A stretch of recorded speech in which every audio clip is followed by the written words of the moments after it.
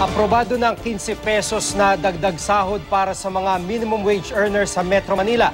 Pinagbasehan daw ng aumento ang araw-araw na gastusin ng karaniwang Pilipino.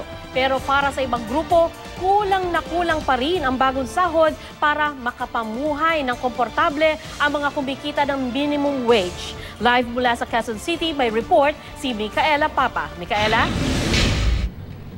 Sandra, Jiggy, pagkatapos nga ng kaliwat kanan na dagdag singil, taas presyo ng mga bilihin, tila good news na sahod naman ngayon ang tataas pagkatapos nga aprubahan ng Regional Tripartite Wage and Productivity Board ang 15 pesos na dagdag sa daily minimum wage dito sa NCR. Pero ang tanong nga ng maraming Pilipino, hanggang saan aabot ang 15 pesos mo? Kahit pagod na si Tony Aradaza pagkatapos ng mahabang araw sa trabaho bilang karpintero, kailangan pa rin niyang maglakad pa uwi mula Teachers Village hanggang Visayas Avenue para matipid ang 15 pesos na balikan sa jeep.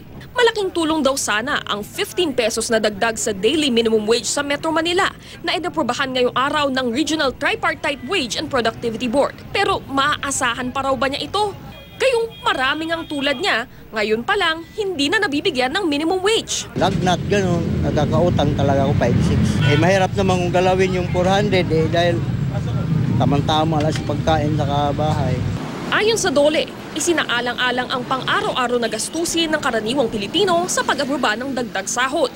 Mula sa dating minimum wage na 466 pesos, 481 pesos na ang minimum wage. The board during the 3 sectoral consultations with labor, workers and government and the public hearing took into consideration the consumer price index, the inflation. Batay sa datos ng Philippine Statistics Authority noong 2014, 293 pesos kada araw o 8,777 pesos kada buwan ang kailangan ng isang pamilyang may 5 miyembro para makapamuhay ng komportable. Pero 8,176 pesos lang kada buwan ang take-home pay ng minimum wage earners sa ngayon, kapos ng 600 pesos kumpara sa datos ng PSA. 77 pesos ang kabuang halaga ng wage increase na naipatupad sa ilalim ng administrasyon ni Pinoy. Sa bagong ipatutupad na wage increase, check down na makakaramdam ng dagdag na operational cost ang 91% ng mga negosyo sa Metro Manila na binubuo ng small and medium enterprises. Pero ayon sa Ibon Foundation, wala pa ang bagong sahod sa kalahati ng kailangan para magkaroon ng disenteng buhay. At higit na kulang ito para mabigyang hustisya ang halagang kinikita ng karaniwang empleyado para sa kumpanya. Napakababa ng sweldo halimbawa ng mga Chinese workers, sobra-sobra naman ang social services nila.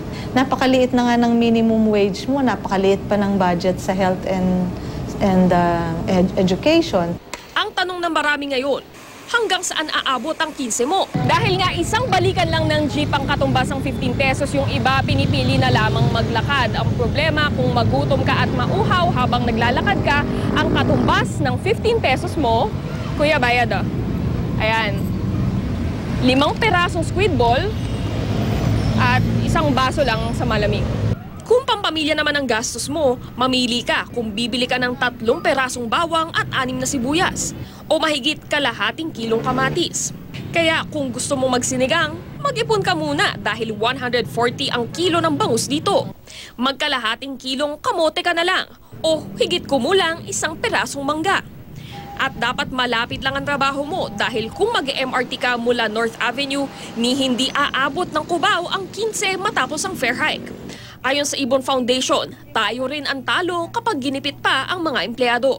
Yung manggagawa, binibigyan mo siya ng kakayahan na bumili.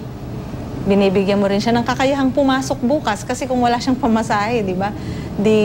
Mag-a-absent siya, parang gano'n. So yung kasigla ng ekonomiya ay itinutulak din ng isang masiglang wage increase.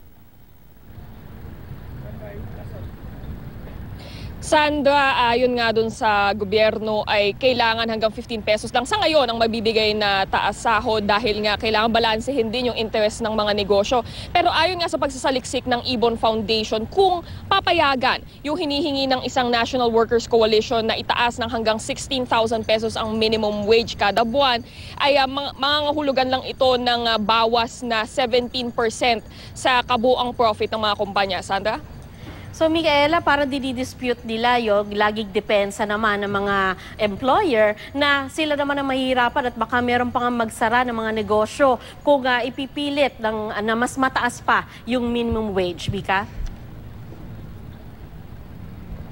Oo, tama yan, Sandra. Yun nga yung laging ginagawang argument. Actually, particularly ngayon, kasi sinasabi nila marami sa mga tatamaan ay mga small and medium enterprises. Pero ang pinupunto nga ng mga grupo tulad ng Ibon, kailangan naman mabigyang hustisya yung pagtatrabaho ng mga empleyado. Tulad nga ng sinabi nila, ang karaniwang empleyado ay kumikita para sa isang kumpanya ng mahigit 2,000 pesos kada araw.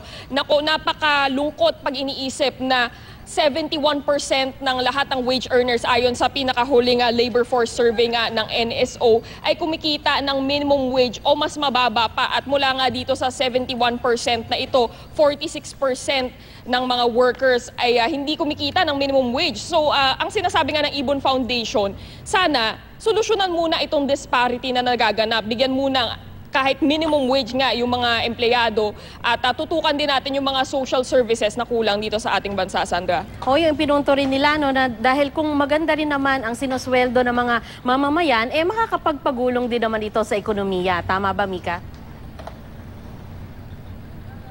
Tama yan, Sandra. At yun daw yung paglago ng ekonomiya na mas inclusive at mas pangmatagalan. Dahil yung nakikita daw natin na paglago sa ekonomiya ngayon ay driven lamang ng foreign investment na dahil nga galing sa labas ay madali ring mawala sa ating bansa, madali ring tanggalin. At ang sinasabi nga ng mga grupo tulad ng Ibon Foundation, isa sa mga dahilan kung bakit mababa pa rin ang wages dito sa ating bansa ay medyo nagiging strategy nga ito dahil we're competing for becoming the cheap labor capital of Asia, Sandra. At ang nagiging problema nga daw kumpara sa mga ibang bansa tulad ng Indonesia at China ay mas mataas na yung ating minimum wage kaya hindi na tayo ganun ka-attractive to foreign investors. Pero yun nga, Sandra, kung titingnan naman natin yung mga ibang bansa kahit napakababa ng kanilang minimum wage, napupunan naman yung kakulangan sa social services. Meron namang sapat na edukasyon, sapat na healthcare. Ang problema sa atin, wala nang panggastos yung mga tao. Paano pa kaya pag nagkasakit nga sila, katulad ng aming